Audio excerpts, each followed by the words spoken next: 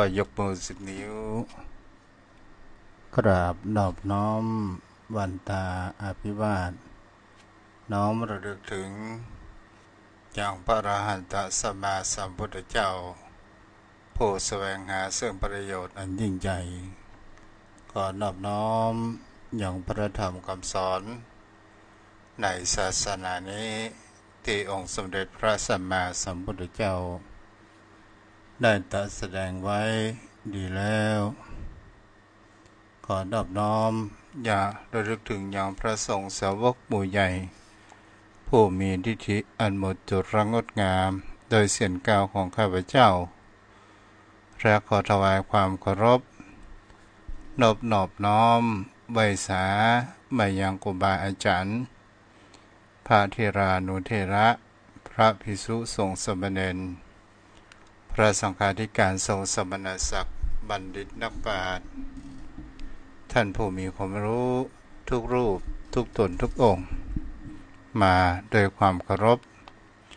ก็เจริญสุขเจริญธรรม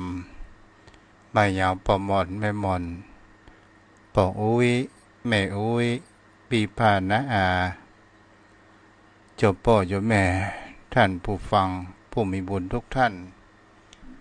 ที่ติดตามรับฟังธรรมะยามบ่ายทางสถานีวิทยุพระพุทธศาสนาจังหวัดเชียงใหม่96 เมกะเฮิรตซ์โดยการส่งลิงก์สัญญาณไปณอาคารสุเทพสุพรหมครุประชาข้างหอพญาเมืองลายใจกลางเมืองเชียงใหม่ส่งขึ้นยังวัดพระธาตุโดยสุเทพราชวรวิหารโดยความเอื้อเฟื้อผู้อำนวยการใจดีพ่อครูวรรบนามวงพรมและได้รับความเมตตาธรรมจากท่านพระอาจารย์พระมหาประสิทธิ์ประสาธิโก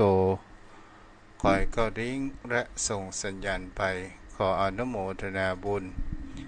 มาณโอกาสนี้และขออนุโมทนาบุญกับโยมพ่อโยมแม่ท่านผู้ฟังทุกท่านที่ติดตามรับฟังธรรมะดีกาฟังเพลงฟังธรรมะแล้วก็ให้เกิดแห่งคำว่าปัญญาได้ฟังในเรื่องสิ่งที่ยังไม่เคยฟังได้ฟังในเรื่องแห่งสิ่งที่แปลกใหม่หรือจะเป็นเรื่องเก่าก็ตอกย้ำเพื่อความชัดเจน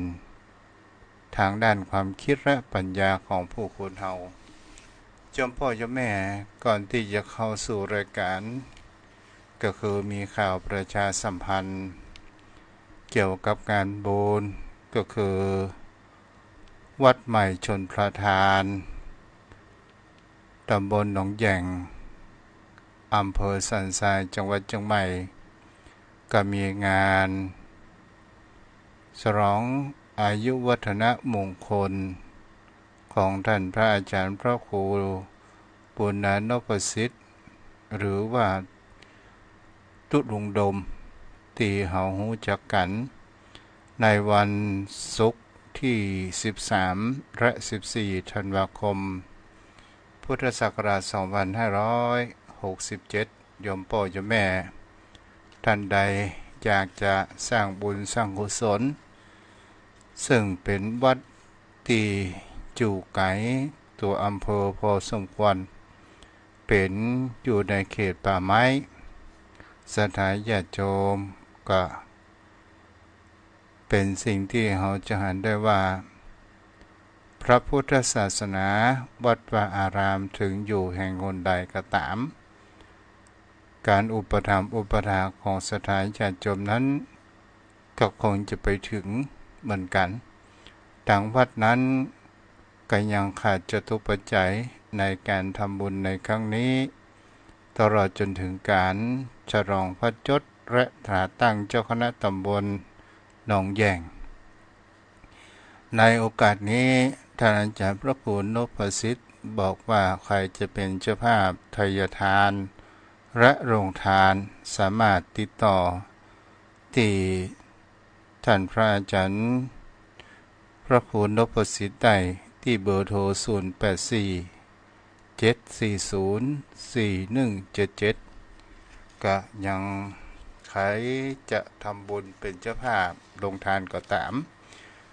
และในวันที่15ธันวาคมทางสถานีวิทยุ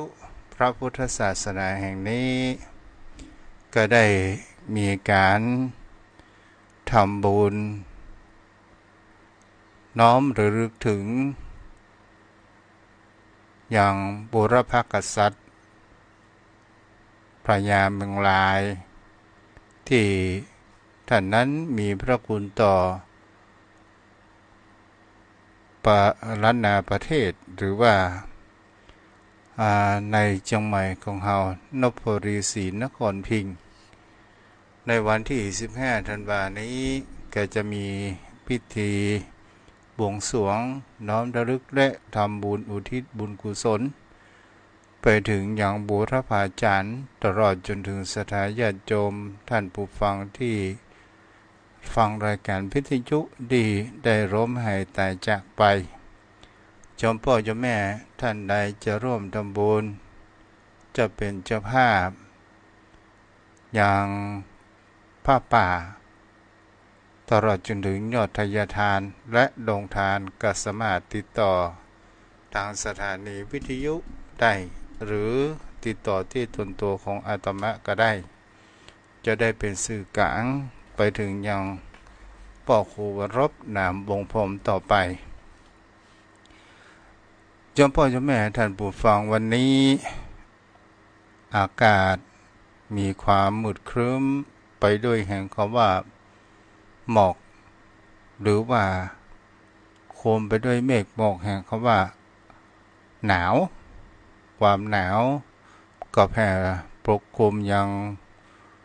ภาคเหนือของเฮามันเป็นฤดูกาลสิ่งที่คนเฮานั้นจะเกิดเห็นได้ว่าความเปลี่ยนแปลงของธรรมชาติมันก็ไปเป็นเช่นนั้นเฮาบ่สามารถที่จะหยุดยั้งแห่งความเปลี่ยนแปลงนี้ไปได้เจ้าพ่อเจ้าแม่เฮาก็มาอยู่กันต่อในเรื่องแห่งคำว่าธรรมะที่ต่างลูกทุนั้นได้อูค้างไว้แต่ว่าเรื่องในกรมสูตรทำไมถึงมามาจ๋าในเรื่องกรมสูตรที่พระพุทธองค์นั้นได้ตรัสแสดงไว้กับชนเผ่ากรมะในประเทศอินเดียในครั้งพระพุทธกาลก็เพราะว่าชาวกรมะคนชนเผ่านี้ซึ่งอาศัยอยู่ในเกสาปุตตนิคมก็มาฮู้ว่ากรรมสอนของผู้ใดดีบางมีแต่ครูบาอาจารย์เจ้าลัทธิต่างๆว่าตัวเองนั้นดีและก็เป็นสิ่งที่เราจะเห็นได้ว่าผู้คนทั้งหลายก็ได้เข้าไปฟังธรรมแห่งพระพุทธองค์ก็ได้ถามพระพุทธองค์ว่าเราจะเชื่อใครดีแต่พระพุทธองค์นั้นก็ได้ตรัสแสดงว่าจะไปฟังเชื่อในคำสอนของบุคคลที่ได้มาไม่จ๋าหรือแม้กระทั่งตัวของพระพุทธองค์ก็ตามพระองค์บอกว่าอย่าฟังเชื่อตราบใดถ้าเราบ่ได้ทดลองและบ่ได้ประพฤติปฏิบัติบ่ได้หันแห่งความเป็นจริงจะไปฟังเชื่อเตื้อพระองค์นั้นก็ได้ตรัสแสดงธรรมแห่งกาว่ากรมะซึ่งเป็นชื่อชนเผ่าเรียกว่าเลยบัญญัติไว้เป็นพระไตรปิฎกว่ากรมสูตรเกิดขึ้นศรัทธาญาติโยมทั้งหลายจะมาถึงที่ต่อตะวันนี้เพิ่นว่าอย่าฟังเชื่อเพราะข่าวเล่าลือการฟังเชื่อในการข่าวเล่าลือเจ้าพ่อเจ้าแม่ในการสื่อสารในยุคปัจจุบันเป็นสิ่งที่ผู้คนเหล่านั้นก็ลองไต่ตองและพิจารณาดูว่าข่าวในปัจจุบันนั้นบางครั้งบางข่าวจะเป็นข่าวที่มาจากแห่งทางเฟซบุ๊กทางไลน์หรือทาง YouTube อย่างก็ตามเพราะว่าเทคโนโลยีในยุคสมัยใหม่นี้มีการตัดต่อแต่งภาพเพื่อมีความสมจริงและมีการบิดเบือนข้อมูลต่างๆนานาอันนี้มันก่อให้เกิดแห่งความข่าวลือบางครั้งบางคราวศรัทธาญาติโยมทั้งหลายอย่างในยุคปัจจุบันซึ่งเป็นยุคแห่งคำว่าที่จะมาแทนหน้าที่ของคนนั้นก็คือ AI เป็นมนุษย์หรือว่าเป็นที่เทคโนโลยีที่สามารถเรียนเสียงคนนั้นได้มีการตัดแต่งเสียงนั้นเกิดแห่งความคล้ายคลึงกันนั้นเกิดขึ้นได้สิ่งเหล่านี้บางครั้งบางคราวหมู่วิชาชีพนั้นกระจายมาโทรศัพท์ไปถึงพ่อถึงแม่แล้วก็บอกว่าเป็นลูกโอนสตางค์มาอย่างนี้ก็หันในข่าวที่ออกทางทีวีตลอดจนถึงพอใน YouTube ก็ตามนี่ก็เกิดแห่งความเปลี่ยนแปลงอย่างรวดเร็วเกิดขึ้นฉะนั้นโยมพ่อโยมแม่เมื่อการเสพข่าวเฮาฟังหูไว้หูเฮาจะไปฟังเชื่อก่อนที่เฮาจะเชื่อเฮาต้องใช้สมมุติฐานตามหลักธรรมของพระพุทธองค์ก็คือได้มีปัญญาพิจารณามีสติแห่งความตั้งมั่นแล้วก็สืบสาวเหตุต่างๆนานาเกิดขึ้นอันนี้ประการข้อที่3อย่าไปฟังเชื่อข่าวเล่าลือบางครั้งบางคราวก็เป็นสิ่งที่คนเหล่านั้นบางคนเอาข้อมูลต้นทางนั้นมีเพียงแค่เล็กน้อยบางครั้งบางคราวคนเหล่านั้นก็แม่ไปอย่างอื่นนั้นก็มีเอาละโยมพ่อโยมแม่ต่อมากรรมสูตรข้อที่4จะไปฟังเชื่อพ่ออ้างคัมภีร์หรือตำราเป็นสิ่งที่คนเหล่านั้นจะหันได้ว่าตำราความรู้ที่อยู่ในหนังสือบางเรื่องก็เป็นสิ่งที่จริงบางเรื่องก็เป็นสิ่งที่แต่งเกิดขึ้นโยมพ่อโยมแม่ท่านผู้ฟังทั้งหลายเฮาจะหันแห่งเขาว่าเกี่ยวกับประวัติศาสตร์มันก็ยังมีปัญหาทกเถียงกันว่าคนไทยมาจากแหล่งใดบางคนก็บอกว่ามาจากในภาคใต้ยังประเทศจีนอันไตหรือบางคนก็บอกว่ามาจากทาง12พันนาอันนี้ก็เป็นสิ่งที่คนเหล่านั้นต่างคนก็มีอ้างแห่งเขาว่าเชื้อสายของผู้คนเฮาบางคนก็บอกว่ามาทางอินเดียที่มันมีชนเผ่าหนึ่งหน้าตาคล้ายกับเหมือนกับคนไทยของเฮานี่เองแล้วก็เป็นสิ่งที่จะเห็นได้ว่านี้ก็คือความเปลี่ยนไปแต่สิ่งนี้เฮาก็จะต้องลงมือพิสูจน์และเฮาจะไปฟังเชื่อตำราทุกอย่างไปตลอดจนถึงบางครั้งบางคราวมีการโฆษณาชวนเชื่อหลอกลวงว่าอ้างว่ายาตำราประการเช่นนี้รักษาโรคนั้นหายได้เป็นตำรามาแห่งคำว่ายาผีบอกโบราณคนที่เอามากินมาใช้หายอย่างนี้เป็นต้นแท้จริงแล้วเชื่อพ่อโยมแม่ถ้าว่าอย่างกับตามเรื่องตำรายาที่มันมีการถกเถียงขึ้นแห่งเขาว่าตำราไทยกับตำราแผนปัจจุบันเขาว่าตำราแผนปัจจุบันนี้ทำไมขอห้ามเรื่องยาสมุนไพรเพราะเหตุหยังอันนี้ก็เป็นความรู้ที่เจ้านั้นได้ไปสอบถามกับคุณหมอมา คุณหมอนั้นก็บอกว่ายาตำราไทยของคนเฮานั้นมันบ่ได้กันกองเอาเปิ้นฮ้องว่าเป็นสิ่งที่มันมีแปลกปลอมอยู่ในสมุนไพรสเตียรอยด์ออกบางครั้งบางคราวถ้าเฮากินยาแผนปัจจุบันและเฮากินยาแผนโบราณมันจะเข้ามาตีค่ายาทำให้ร่างกายของคนเฮานั้นมีการเปลี่ยนแปลงเกิดขึ้นได้ตลอดจนถึงการที่บุคคลเฮาไปซื้อยากินเองแล้วก่อให้เกิดโรคภัยไข้เจ็บลุกรามมาและเฮาโดยความดื้อเฮาบ่ไปหาหมอโดยการบังคับบังคาวมีการคนที่มาอู้ว่ากินยาเบาหวานนักจะเป็นโรคไตอันนี้ก็ได้ความรู้มาคนหมอว่ายาที่อันตรายต่อไต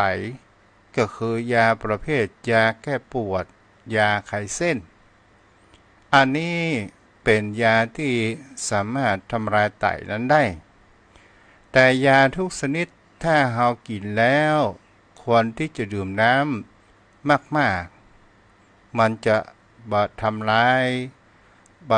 ยกับอวัยวะของเราจะเป็นไตก็ตามอันนี้ก็เป็นสิ่งที่ทุกเจ้าก็ได้ความรู้ใหม่ๆมาและก็มาบอกให้โยมพ่อโยมแม่ท่านผู้ฟังต่อมาบางครั้งบางคราวเรื่องตำรายาบางคนก็เอามาให้เฮานั้นทดลองกิน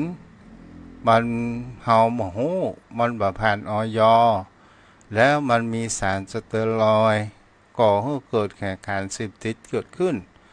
แล้วสารสเตียรอยด์นี้ก่อให้เกิดโรคภัยไข้เจ็บมันทำร้ายไตของคนเฮานั้นได้ทางที่ดีเราจะไปเลือกกับหมอจะไปหูกว่าหมอบางคนบางท่านหูกว่าหมอเมื่อเป็นอย่างนักๆก็เลยเป็นสิ่งที่มันเอาอย่างประทานเกิดขึ้นตลอดจนถึงบางครั้งบางคราวไปจุหมอว่าบ่ได้กินอันนั้นอันนี้หมอว่ากินแม้แค่มียาอย่างกินบ่ได้กินนะแต่ผลเลือดมันออกมาบอกว่าค่าเลือดมันบ่คงที่มันฟ้องอย่างนี้เป็นต้นโยมพ่อโยมแม่ถ้าเฮาไปอู้ไปแล้วอย่าไปเชื่อตำรา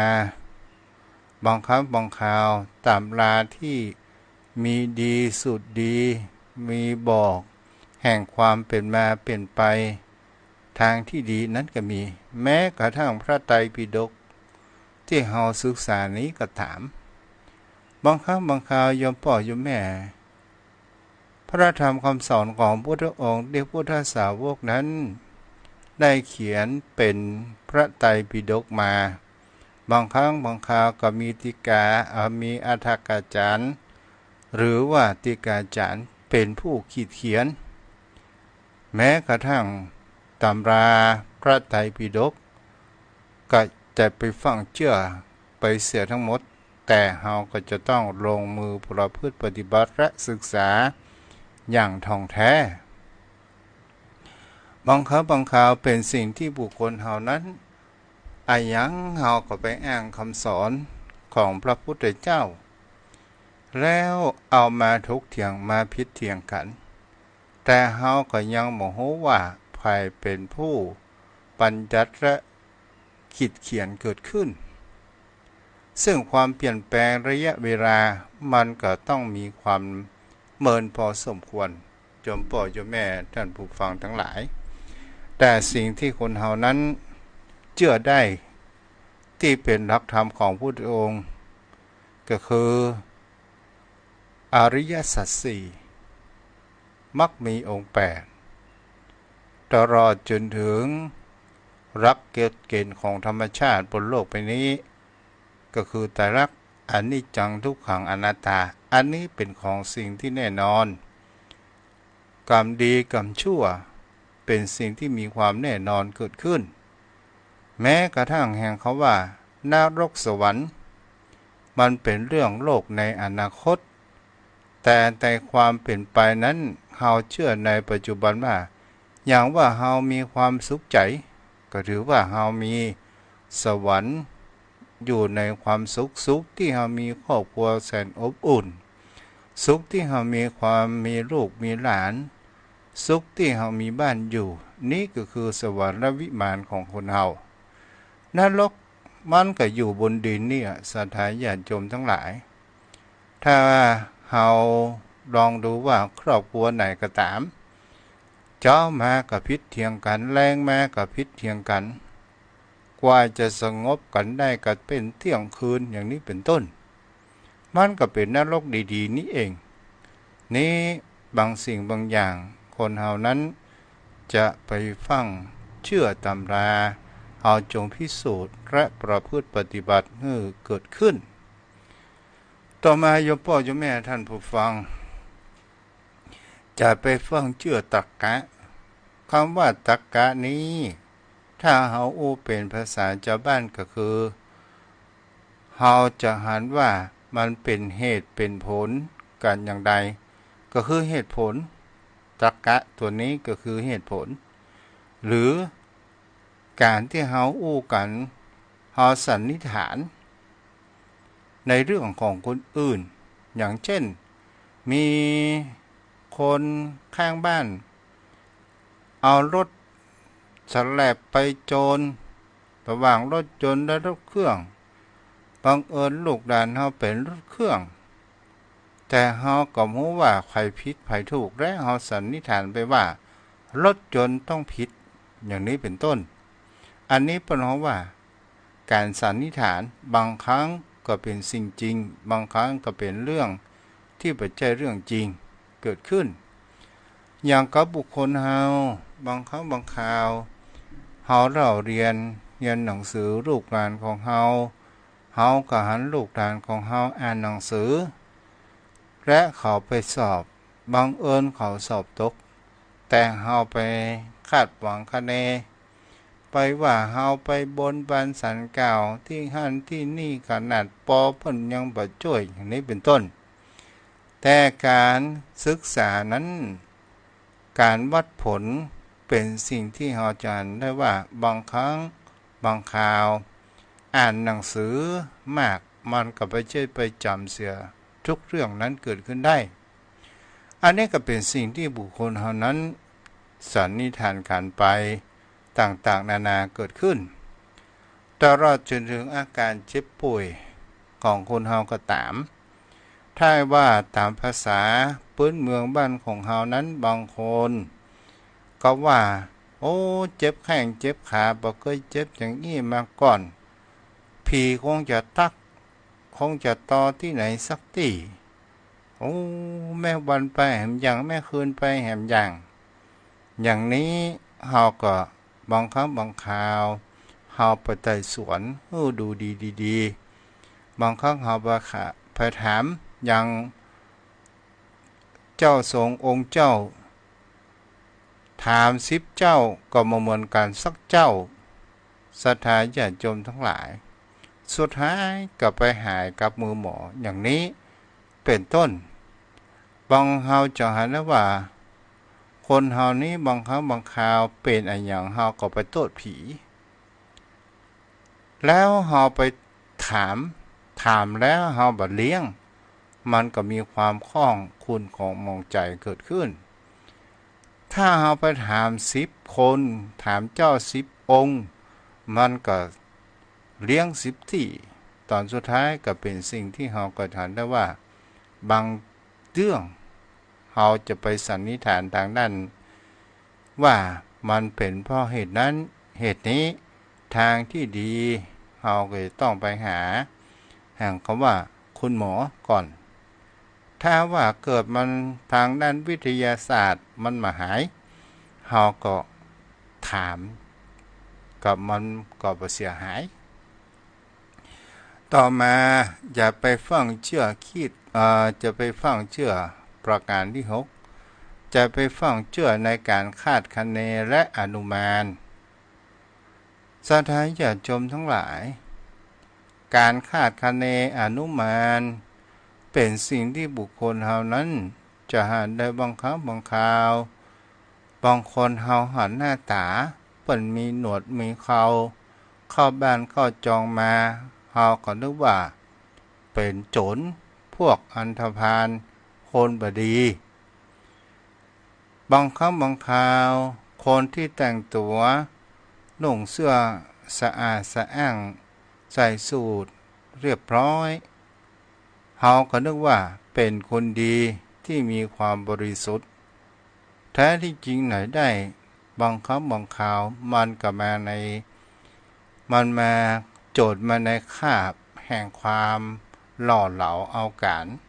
มีเสียงจาไพเราะเกิดขึ้นแต่บุคคลที่มีหน้าตาป่นห้องว่าผมเผ่าลุงลังแต่มีสติสตางค์ที่ดีมีความประพฤติดีบ่จะว่าลุงลังเหมือนผีบ้าก็บ่ใช่การลุงลังไปให้พอดีก็คือเปิ้นก็ยังเป็นคนที่มีความสะอาดอยู่แต่ก็เป็นสิ่งที่บางครั้งบางคราวเฮาบ่เคยหันเฮาก็ว่าโอ้อันนี้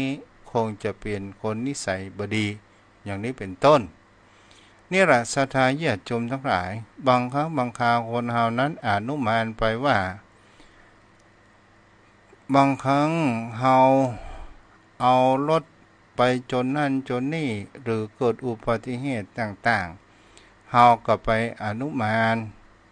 หรือว่าเป็นสิ่งที่ว่าโอ้ลูกหลานเฮาขับรถเวยเกินไปก้า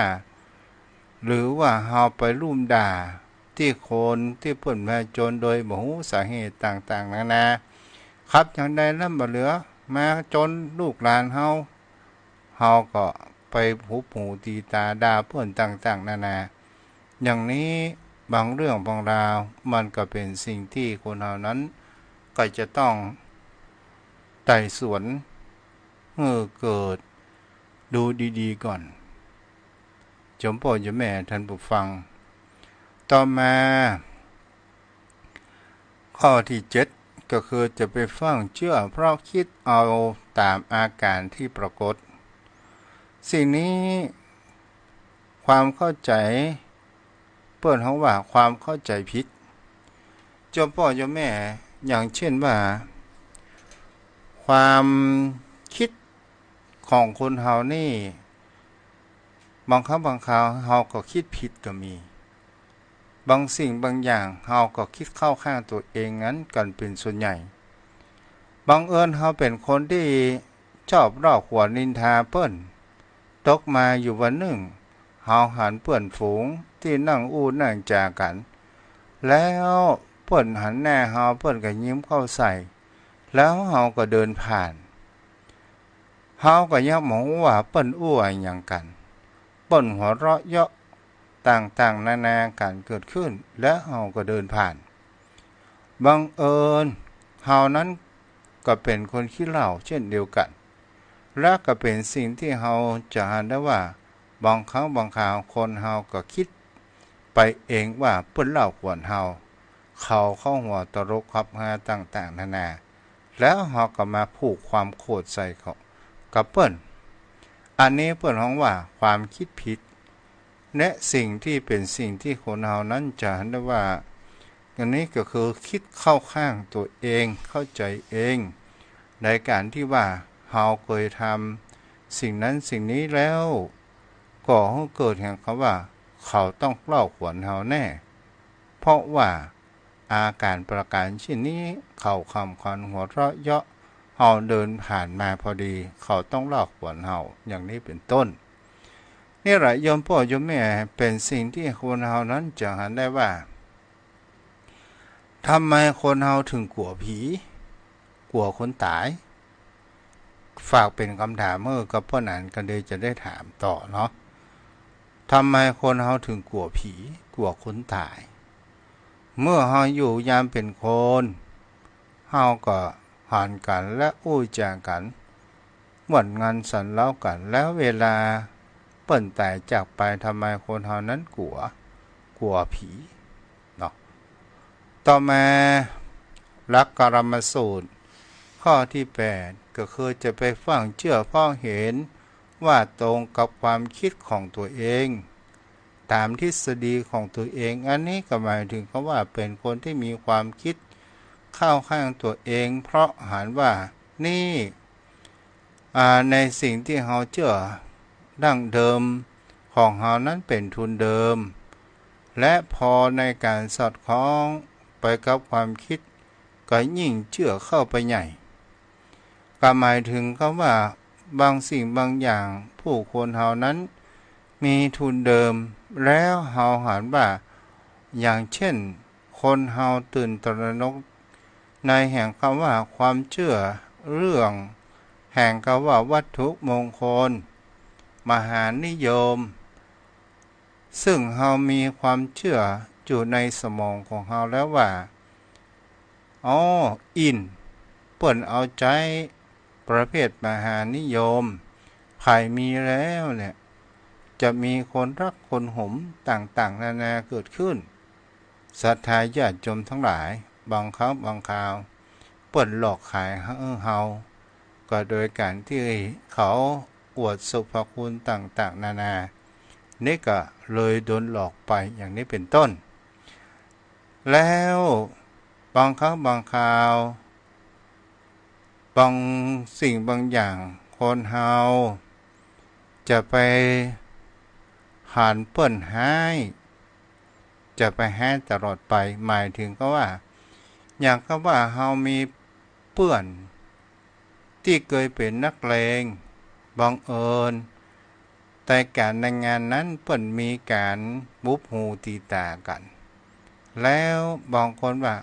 เขาว่าแล้วอันนั้นไปต้องมีเรื่องอย่างนี้เป็นต้นตลอดจนถึงบางครั้งบางคราวเพื่อนเฮาเป็นคนขี้ขโมยบังเอิญมาบ้านมาจองมีคนสวมรอยแต่เพื่อนเฮานั้นเป็นคนที่เลิกลักขโมยไปเสียแล้วแต่อดีตนั้นเป็นงัวสังรางวะเคยเป็นขี้รักขโมยแล้วเวลาของหายเขาก็ไปแนบโทษว่าโอ้เพื่อนขี้คนนั้นน่ะนะเข้าบ้านเข้าจองเนี่ยของหายบางครั้งบางคราวมันก็บ่ใช่เป็นบุคคลที่เฮาคิดบางครั้งบางคราวมันก็เป็นคนอื่นอย่างนี้เป็นต้นต่อมาข้อที่8 วันนี้ก็จะเอามันหมดอยู่เนาะเดี๋ยวจะได้อูกับพนันมันต่อมาจะไปฟังเชื่อเพราะว่าผู้คนควรเชื่อได้อันนี้เป็นสิ่งที่สำคัญมากที่สุดโยมพ่อโยมแม่บางครั้งบางคราวปนห้องว่า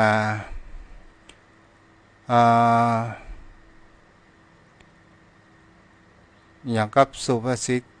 ของสุนทรลมปากหวานหูไม่รู้หายนี่แหละเป็นคำอู้คำจาบางครั้งบางคราวก็เป็นสิ่งที่คนเฮานั้นจะหันแห่งคำว่านักร้องดาราที่มีการอู้จาดีๆและคนเฮามองเพียงแค่เปลือกนอกเฮามาหันในเรื่องด้านพฤติกรรมแล้วเขามีการโฆษณาขายสินค้าต่างๆนานาแล้วเฮาก็ไปเชื่อติดตามเขาเพราะว่าเฮาเคยมีศรัทธาในตัวของเขาและเฮามีความปนว่า FC หรือว่ามีความรักในตัวของเขาศรัทธาญาติโยมทั้งหลายบางครั้งบางคราวก็เป็นสิ่งที่เขาออกมาโฆษณาแล้วสินค้าเหล่านั้นก็เป็นสิ่งที่ไม่มีคุณภาพก็กลายเป็นเรื่องโกหกนั้นไปสิ่งที่บุคคลเฮานั้นบางสิ่งบางอย่างคนเฮาก็จะต้องมีการพิสูจน์พอดูคุณภาพเกิดขึ้นต่อมาจะไปฟังเชื่อเพราะว่าค คนอู้เป็นครูของเฮาหมายถึงว่าถึงจะเป็นครูบาอาจารย์ของเฮาแต่ในที่นี้เฮาไม่ได้อู้ถึงแห่งเขาว่าอักตัญญูแต่คุณครูของถึงจะเป็นครูบาอาจารย์ของเฮาก็ตามบางครั้งบางคราวในจิตใจของเขานั้นมากเป็นอย่างกับสัตว์เดรัจฉานอย่างนี้เป็นต้นอย่างเช่นคุณครูข่มขืนลูกศิษย์ของตัวเองอย่างนี้เป็นต้นนี่แหละศรัทธาญาติโยมทั้งหลายหรือบางครั้งบางคราวเฮาก็ไปเจอว่าเปิ้นแผ่เป็นครูบาอาจารย์ของเฮาเปิ้นคงบ่มีพฤติกรรมประการเช่นนั้นเฮาจะไปฟังเชื่อเฮาจงใจพิจารณาด้วยเหตุผลของเฮานั้นให้ดีๆนั้นเกิดขึ้นนี่แหละเป็นสิ่งที่บุคคลเฮานั้นจะหาได้ว่ารัก10ประการจะไปฟังเชื่อจะไปงมงายเพื่อใช้การพิจารณาตามหลักธรรมของพระพุทธเจ้าที่ได้สอนบอกเราเจ้ากรมะที่ได้ไต่ถามชาวกรมะนั้นได้ทำปวดหัวว่าเข้าหูในสิ่งที่แห่งเขาว่าถามพระพุทธองค์ว่าความโลภเกิดขึ้นจะเป็นประโยชน์หรือไม่ถ้าทำให้ในการฆ่าคนลักทรัพย์จะเป็นประโยชน์หรือไม่มีโทษหรือไม่วินยูชนจะติเตียนหรือสรรเสริญและเป็นไปเพื่อความสุขหรือทุกข์เป็นกุศลหรืออกุศลพระพุทธองค์ก็ได้ตัดเรื่องกรรมะ10ประการนี้อย่าไปฟังเชื่ออย่างโดยง่ายแล้วในเรื่องนี้ศรัทธาญาติโยมทั้งหลายเจ้ากรมะนั้นก็ได้ฟังธรรม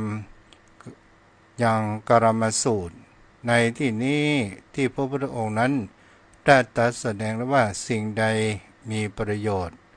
สิ่งใดไม่มีโทษและสิ่งใดที่เป็นทุกข์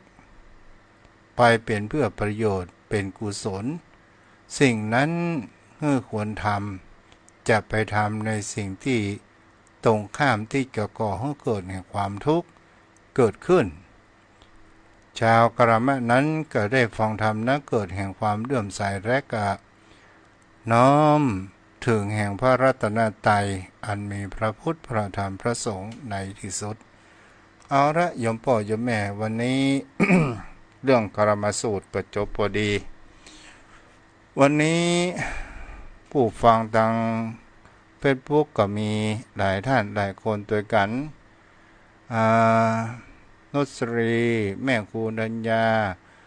แม่ทองคำที่วงคำโอ้วันนี้พ่อนานอินโสมพ่อนานเจดศรีนะฟังมาจะไปฟังเชื่อแม้กระทั่งคำอู้คำจางของทุกเจ้านะแม่จันเพนคำโพธาบริหารแม่ขึ้นมา70,000โยมขันแก้วอย่างนี้พรหมจริงเนาะแล้วก็ตังมือถือมีไผเนาะ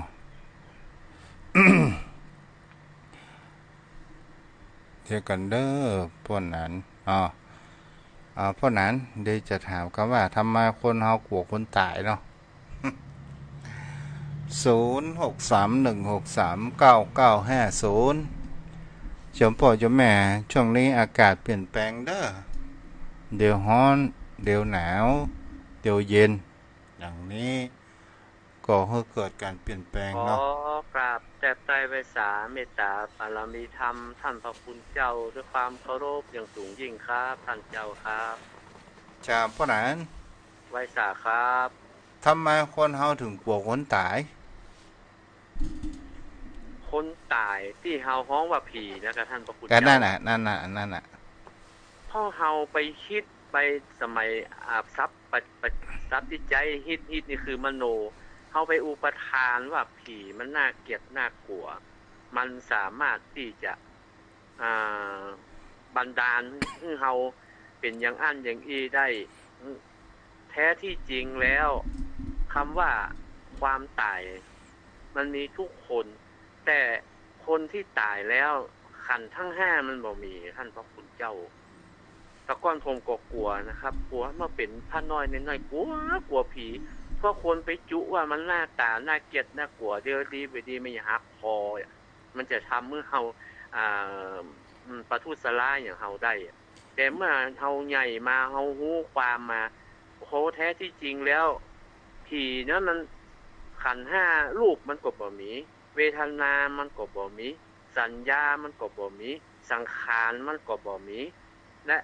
จิตวิญญาณนั้นมันไปปฏิสนธิเป็นทิ้งอื่นแล้วท่านพระคุณเจ้าเพราะนั้นว่า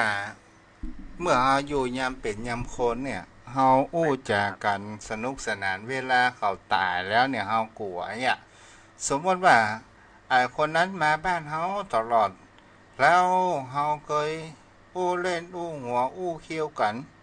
แล้วเขาตายไปแล้วเฮากลัวเนี่ยเพราะนั้นว่าเหตุกลัวนี่เพราะอะไรอย่างอ่ะ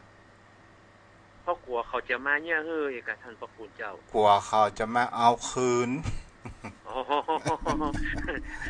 มันเป็นเจ้ากรรมนายเวรกันกับท่านพระคุณเจ้ามันหมายถึงเขาว่าโอ้ยามเมื่อมันเป็นคนกูได้ขำได้เขได้ด่าได้เดือดมันขนาดมันตายไปแล้วมันจะมาหลอกมาหลอนอย่างนี้เป็นต้นเนาะมันจะมาเอาคืนเออมันจองจำจองเวรกันไว้เนาะท่านพระคุณเจ้าก็เลอันยอันทำนี้เนี่ยพ่นท้องว่าการกระทำประการหนึ่งเนาะพ่อหนานเนาะไว้จ้ะครับเป็นเช่นนั้นท่านพระคุณเจ้าเพราะบางคนก็มีจิตใจประเข้มแข็งหรือว่าคนขวนอ่อนเนาะพ่นท้องว่าจิตหลอกจิตเนาะแท้เพราะว่าจริงมันบ่มีเขาว่าบ่ผีมีครับท่านพระคุณเจ้าไอ้อย่างก็เปิ้นเฮาเป็นละอ่อนเปิ้นว่าอ๋อข้าหารเป็นนะสู่เขาเป็นขยมอ่ะมัดจินส้มติดสลากหล่นแวดวิหารเนี่ยเฮาก็บ่เคยหันสักกำเทื่อนะมันพอจะ50ปีแล้วยังบ่เคยหันผีสักกำเทื่อนะ มันมันเป็นสิ่งที่บ่มีตัวมีตนท่านพระคุณเจ้าจ้ะมันสิ้นไปแล้วสังขารวิญญาณมันดับไปแล้วท่านพระคุณเจ้าโอ้ถ้ามันมีจริงมันก็เอาไปเผามันก็ลุกโล่นแล้วท่านเจ้าโอ้มันลูกอะเวลาไฟไหม้มันยังยืดงอทุกเวลาอ๋อเอ็นมันน่ะ เหมือนเพิ่นปิ้งกบปิ้งเขียดนะท่านเจ้าเนาะ จ้ะจ้ะเส้นเลือดเส้นเอ็นมัน จ้ะเอาวันนี้เอามันอู้จะไว้จ้ะในเรื่องกรมสูตรเพราะนั้นมีอะไรอย่างจะเพิ่มเติมพ้องกะฮะมันก็เป็นสัจจะความจริงเป็นเช่นนั้นครับท่านเจ้ารักของกาลมาสูตรเป็นรักของความเชื่อก่อนที่เราจะเชื่อลงไปมันกอบด้วยปัญญาพิจารณาญาณอันสูงสุดครับท่านเจ้าอืมคือพุทธเจ้าได้ตรัสไว้กับจับจาวกะละมะหมู่บ้านของกะละมะก็ใช้ในปัจจุบันนี่ใช้ได้อยู่ท่านพระคุณเจ้าบางคน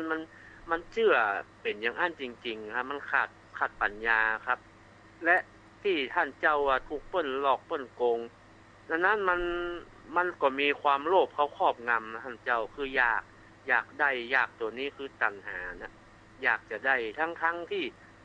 ถ้ามันก็คงจะมีปัญญาอยู่แต่ว่ามันมีความโลภเข้ามาแทนที่เหมือนที่เปิ้นเอาสร้อยเอาถูกหวยเนาะเอายกตัวอย่างพอประมาณจ้ะหรืออย่างถูกหวยอ่ะโอ้เฮาครึ่งบาทไล่เฮาเป็นโครงต่างคากขายก็บ่ไล่เอาจะขายเอาแสนเดียวพอไล่คนเฮาถ้ามันมีปัญญาแต่เอ๊ะมันจะจริงกับมันจะเท็จไม่เป็นไปได้ก่อนถ้ามันพิจารณาอย่างโดยแยบคายโดยปัญญาแล้วมันก็อาจจะบ่เอาแต่ว่าความโลภว่าโอ้เฮาคือมันไปแสนเฮาได้เป็นล้านเนี่ยกำให้หันชัดๆเนี่ยความโลภเข้าแทนที่มันก็ทำให้เราต้องพลาดโอกาสอันนี้ไปนะแต่ถ้าเราอย่างท่านเจ้าถ้ามันมีเหตุมีผลด้วยความเชื่ออย่างที่ท่านเจ้าอธิบายไว้นะครับมันไผ่จะมาหลอกมาโกงมาอย่างก็กินยากเหมือนกันกินฟืดเหมือนกันท่านพระคุณเจ้าจะมีรักแหม ประการ10ข้อกรมสูตรนี่นะเนาะไหว้สาครับใช้ได้ทุกยุคทุกการนะท่านเจ้าผมว่ามันก็อัศจรรย์อย่างยิ่งนะคำสอนของพระพุทธเจ้ามันเป็นคำสอนจากธรรมชาตินะท่านเจ้าแต่มันบาล้าสมัยมันคู่มากับสมัยทุกยุคทุกการนะครับบางอย่างนี่ของใช้ของอย่างมันหมดยุคนี้ไปแล้วอ่ะเหมือนยุคเหมือนยาก็เหมือนกันท่านเจ้าเชื้อโรคเชื้ออย่างมันพัฒนาการมันแต่ละยุคแต่สมัยยานี่ก็มันสามารถจะต้านทานมันได้แต่คำสอนพระพุทธเจ้าเนี่ยมันอยู่ทุกยุคทุกสมัยมันใช้ได้ตลอดท่านเจ้ามันเป็นเรื่องมันอิงธรรมชาติไงพระนานไว้สาครับท่านเจ้าหลักคำสอนของพระพุทธองค์นี่เป็นหลักจริงแห่งความเป็นจริงของธรรมชาติบนโลกใบนี้และกับธรรมชาติแห่งจิตใจของมนุษย์ของผู้คนเฮาเนาะไว้สาครับศาสนาพุทธนี่ที่เพิ่นว่าเป็นศาสนาสากลเป็นคำสอนสากลเนี่ยผมก็เชื่อเป็นเช่นนั้นนะท่านเจ้าพระพุทธองค์นั้นเป็นผู้แนะนำทางแต่ไม่ได้บังคับว่าคุณจะต้องมาเชื่ออย่างกับการทำสมาธิพระองค์ก็หันว่าลองทำหรือจะเป็นพระไม่อย่างก็ตามก็ลองทำและก็ศึกษาดูตลอดจนถึงในยุคปัจจุบันก็ตามก็มีคนต่างชาติศาสนาอื่นกลับมาทำวิปัสสนาเหมือนกันก็เป็นสิ่งที่ไม่ได้บีบบังคับใดๆทั้งสิ้นแม้กระทั่งผู้เข้ามานับถือถึงจะเป็นศาสนาอื่นแต่บ่เคยบังคับว่าคนจะต้องเข้ามาหีบจารีตของเป็นพุทธพระมามกะตราบใด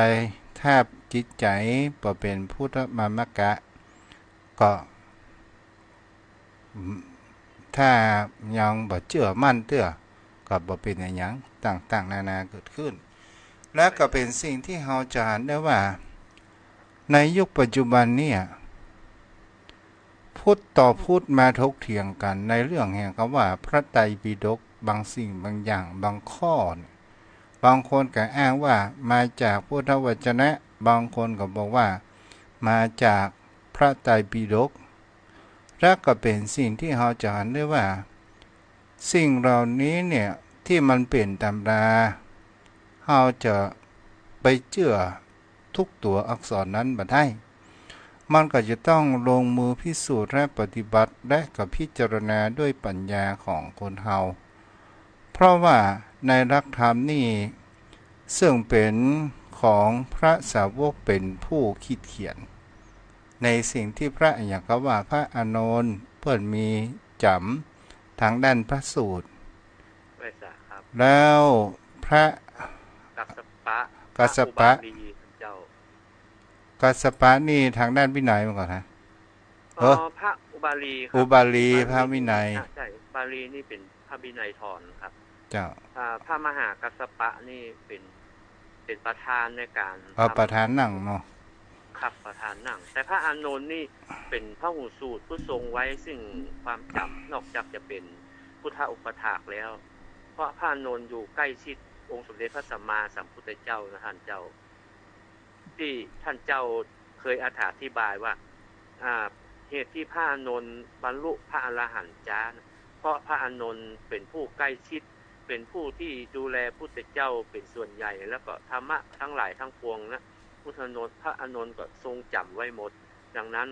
บ่ค่อยมีเวลาที่จะได้ปฏิบัติพระผมก็คิดเป็นเช่นนั้นเหมือนท่านพระอานนท์ถ้าเราลองสังเกตพิจารณาในเรื่องราวของพระสูตรนี่นะพระอานนท์คงจะจำเพียงแค่ต้นเรื่องแต่ขยายความนั่นคงจะเปลี่ยนอัตถกถาจารย์เป็นผู้ขยายความเกิดขึ้นเนาะพระนั้นครับคงเป็นเช่นนั้นนะท่านเจ้าคืออัตถกถาจารย์จากอัตถกถาแล้วยังมีฎีกาจากฎีกาแล้วก็ยังเอามาเป็นอนุฎีกามาขยายความเพิ่มเติมอย่างท่านเจ้าแต่อาศัยเขาความโครงเรื่องใครจะเหมือนเขาแต่งกระทู้นะท่านพระคุณเจ้ายกหัวข้อขึ้นมาแล้วก็อธิบายขยายความไปพรรณนาเรื่องต่างๆสาธุพ่อนั้นสังเกตหันที่ไหนได้พ่อง อย่างเช่นนิมนต์พระพุทธเจ้าและพระสงฆ์สาวกจำนวน500 รูป500มาเลี้ยงขำบ้านขำจองของเขานี่มันบ่ดีหมดเรื่องของพระท่านเจ้ามันคงจะเป็นคำเรียกหมู่สงฆ์หมู่ใหญ่สงฆ์หมู่ใหญ่นั่นมันอาจจะเรียกเป็นหมวดเป็นหมู่เหมือนกับโจร500ก็เป็นชื่อของมันนะท่านเจ้า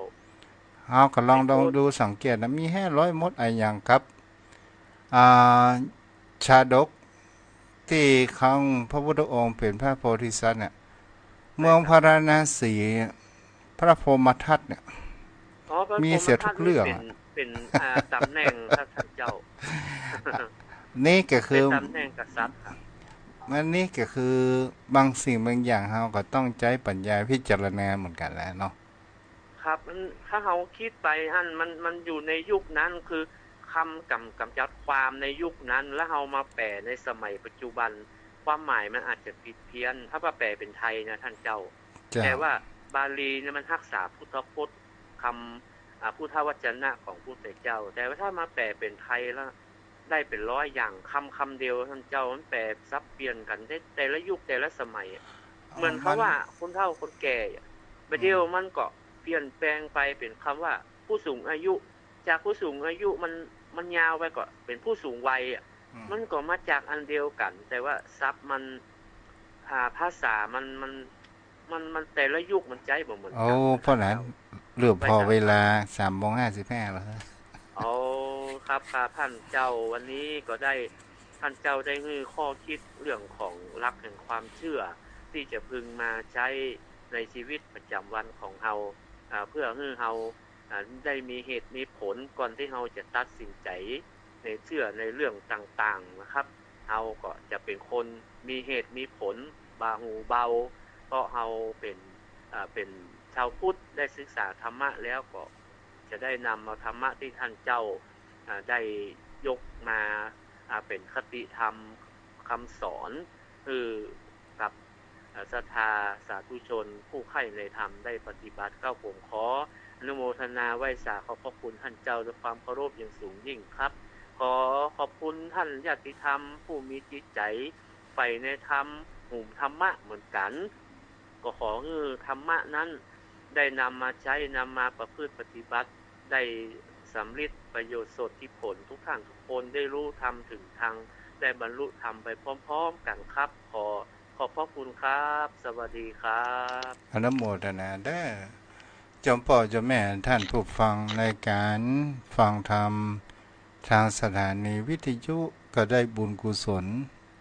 เช่นเดียวกันบุญกุศลนี้คือได้แห่งคำว่าบุญเอาเกิดจากการฟัง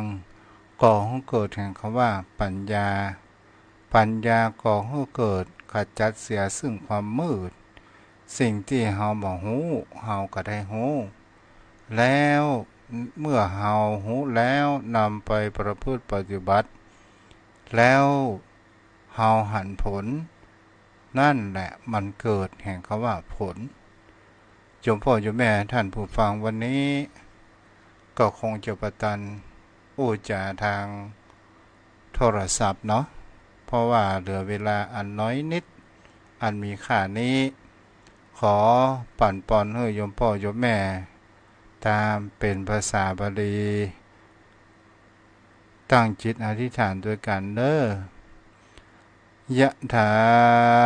วาริวหาปุราปาริปุเรนติสังขรังเอวะเมวะอิโตทินังเปตานังอุปกาปติอิจิตังปันติตังทุมหังขีปะเมวะสมิจันตุสัพเพปุเรนตุสังกปาจันโทปนาราโสยะถามณิโชติราโสยะถาสัพพิติโยวิวัชชันตุสัพพะโรโกวินัสสันตุมาเตภวัตวันตรโยสุขีทีขายุโกภวะอภิวาทานาสีริสะนิจังพุทธาปัจจายโนจัตตารโอธรรมาวัฏันติอายุวันโนสุขังภะลัง